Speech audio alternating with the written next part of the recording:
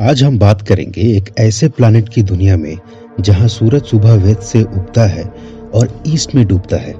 सोचो, एक ऐसा प्लैनेट जहां एक दिन एक साल से भी बड़ा होता है और जहां सूरज दो दो बार डूब सकता है। क्या आपको यकीन है ये सब सच है? चलिए आज मिलते हैं हमारे सबसे ब्राइट नेबर से, प्लैनेट वीनस। बहुत ही अद्भुत और दिलचस्प।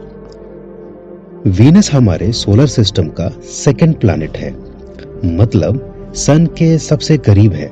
मरकरी, उसके बाद वीनस आता है, फिर अर्थ और फिर मार्स। वीनस अर्थ और मरकरी के बीच में है और सन से उसकी एवरेज दूरी लगभग 108 मिलियन किलोमीटर है। अर्थ से उसका एवरेज डिस्टेंस 41 मिलियन किलोमीटर होता है, पर ये ऑर्बिट की वजह से कभी ज्यादा कभी कम होता रहता है। वीनस को आपने अक्सर सुबह या शाम के वक्त आसमान में एक ब्राइट स्टार जैसा देखा होगा, इसीलिए इसे मॉर्निंग स्टार या इवनिंग स्टार भी बोला जाता है। और इंटरेस्टिंग बात यह है कि ये सन और मून के बाद स्काई में थर्ड ब्राइटेस्ट ऑब्जेक्ट है, बहुत ही चमकदार। वीनस का नाम एक रोमन गॉड पर रखा गया था। रोमन्स बिलीव करते थे कि गॉड्स और गॉडेसेस ही अर्थ पर सब चीजों को कंट्रोल करता है। वीनस का नाम Roman goddess of love and beauty के नाम पर रखा गया। ये एक ऐसा प्लैनेट है जिसका नाम एक फीमेल गॉड के नाम पर है। गॉडेस वीनस की स्टैच्यू आप देख भी सकते हो। वीनस को टेलीस्कोप से फर्स्ट टाइम 1610 में ऑब्जर्व किया गया था। एस्ट्रोनॉमर गैलीलियो पहले इंसान थे जिन्होंने टेलीस्कोप से वीनस को देखा और उसकी एक्यूरेट ऑब्जर्वेशंस बनाई। लेकिन ह्यूमंस को वीनस के बारे में बहुत पहले से पता था, क्योंकि ये नाइट स्काई में विजिबल रहता है।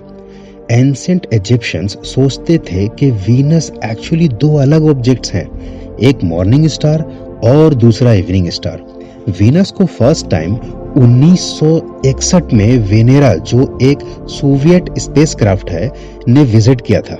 और नेक्स्ट मिशन जो वीनस के लिए प्लान है वो है वीनस लाइफ फाइंडर, जो 2026 में शेड्यूल्ड है। वेनेरा 7 सोवियत यूनियन 1970 ये पहला स्पेसक्राफ्ट था जो वीनस की सरफेस पर सक्सेसफुली लैंड हुआ और वहां से डेटा भेजा। अब आते हैं सबसे शॉकिंग फैक्ट पर। वीनस रेट्रोग्रेड रोटेशन करता है, मतलब हमारा अर्थ और बाकी प्लैनेट्स वेस्ट टू ईस्ट घूमते हैं, लेकिन वीनस उल्टा घूमता है, ईस्ट टू वेस्ट। और इस रोटेशन का रिजल्ट, वीनस पर एक दिन यानी एक फुल रोटेशन लगभग 243 अर्थ डेज का होता है। लेकिन उसका एक साल यानी एक ऑर्बिट सन के अराउंड सिर्फ 225 अर्थ डेज का है, मतलब एक दिन उसके एक साल से भी लंबा है। इसी रेट्रोग्रेड रोटेशन की वजह से वीनस पर सूरज वेस्ट से उगता है और ईस्ट में डूबता है, एग्जैक्टली ऑपोजिट हमारे अर्थ के। वीनस की एटमॉस्फेयर एक नाइटमेयर जैसी है। यहाँ हवा ज्यादातर कार्बन डाइऑक्साइड से बनती है, जिसमें क्लाउड्स और सल्फ्यूरिक एसिड है। सरफेस प्रेशर अर्थ के कंपैरिजन में लगभग 93 गुना ज्यादा है, मतलब जैसे समुंदर के 900 मीटर नीचे होने का प्रेशर। टेम्परेचर लगभग, वीनस एक रोटेशन स्लो है, एटमॉस्फेयर डेंस है और हीट ट्रैप होकर एक डेडली ओवन बना देती है प्लैनेट को। और क्योंकि स्पिन वीक है, वीनस एक स्ट्रॉन्ग मैग्नेटिक फील्ड डेवलप नहीं कर पाता। इसका रिजल्ट, सोलर विंड्स डायरेक्टली उसके एटमॉस्फेयर को हिट करते हैं। वीनस साइज में अर्थ के बिल्कुल करीब है, डायमीटर 95% अर्थ जैसा है। मतलब अगर अर्थ एक बड़ा गोला है तो वीनस थोड़ा छोटा है, लेकिन दोनों के क्लाइमेट एकदम अलग हैं। वीनस के पास कोई मून नहीं है, इस वजह से उसके टाइड्स और स्पिन डायनामिक्स अलग डेवलप हुए हैं। वीनस का सोलर डे यानी एक सनराइज से अगली सनराइज तक लगभग 117 अर्थ डेज का होता है, यानी वेनुसियन डे। इससे ही डबल सनसेट वाली हेडलाइन आती है। नासा और रिसर्चर्स ने मॉडल्स बनाए हैं जो दिखाते हैं कि वीनस की हेवी एटमॉस्फेयर हीट से मैसिव एटमॉस्फेरिक टाइड्स बनाती है। ये ह्यूज एयर मूवमेंट्स प्लैनेट की रोटेशन पर टॉक लगाते हैं और लॉन्ग टर्म में उसके स्पिन को और स्लो या रिवर्स कर देते हैं।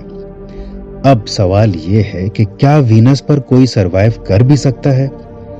कोई भी इंसान अभी तक वीनस पर फिजिकली नहीं गया है। वीनस पे पहुंचना और उतरना ऑलमोस्ट इम्पॉसिबल है। एक्सट्रीम हीट, पॉइजनस एटमॉस्फेयर और क्रशिंग प्रेशर की वजह से। लेकिन साइंटिस्ट एक क्रेजी आइडिया एक्सप्लोर कर रहे हैं, वीनस के क्लाउड्स के बीच फ्लोटिंग सिटीज बनाने का। 50 से 60 किलोमीटर ऑल्टीट्यूड पर टेम्परेचर और प्रेशर अर्थ के जैसा हो सकता है।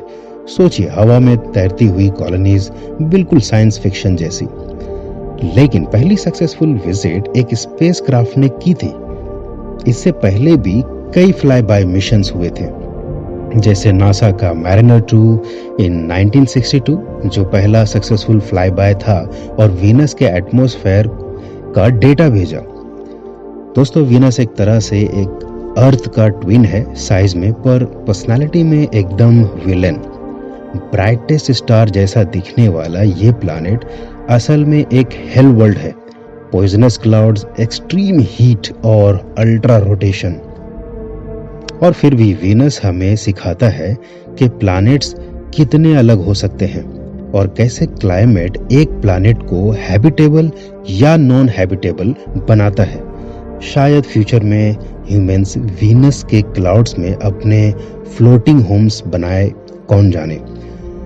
तो अगली बार जब आप शाम के आसमान में एक चमकता स्टार देखो, याद रखें वो शायद वीनस हो सकता है, जो एक अजीब और फैसिनेटिंग दुनिया का दर्शन करा रहा है।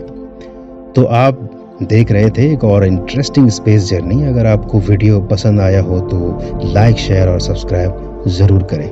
मिलते हैं अगले कॉस्मिक एडवेंचर में। आप सभी का धन्यवाद।